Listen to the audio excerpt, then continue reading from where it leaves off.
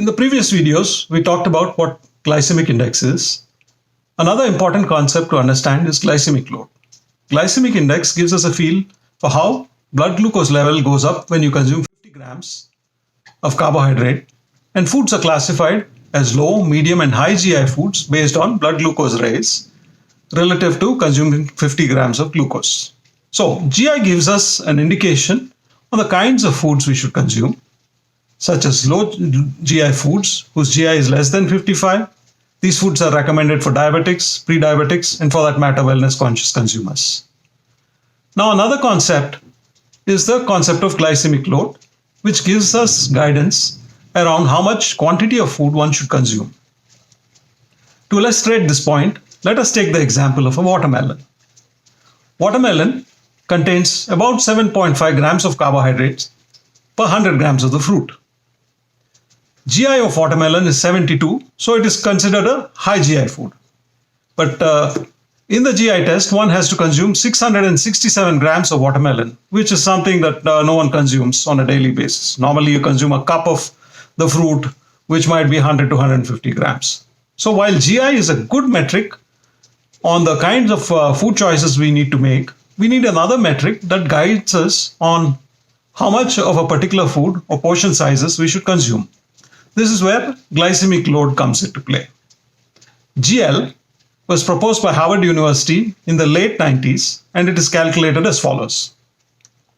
As shown here in this equation, glycemic load is equal to glycemic index multiplied by grams of carbohydrate in the portion size you consume divided by 100.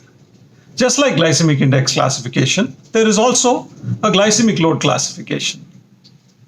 Portion sizes of foods with GL less than 10 are low GL foods.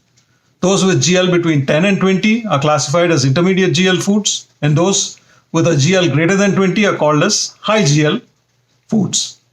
So now let us see how the watermelon works out in this calculation.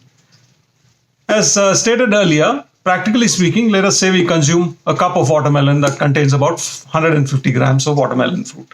So using this equation, glycemic load of 150 grams of watermelon works out to 8.1, which is therefore classified as a low GL portion. Let us now take the example of a popular sweet, som papdi. Here we have GI and GL of som papdi made with normal cane sugar and som papdi made with diabetic sugar. In this formulation, you can see consuming 40 grams of som papdi shows that GI and GL with normal cane sugar fall in the medium category, whereas with diabetic sugar, they fall in the low GI and low GL category. So in summary, GI gives us an indication of the kinds of food we should consume, and GL gives us guidance about portion size.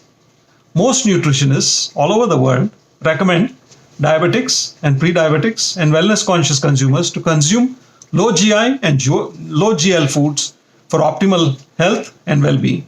Thank you.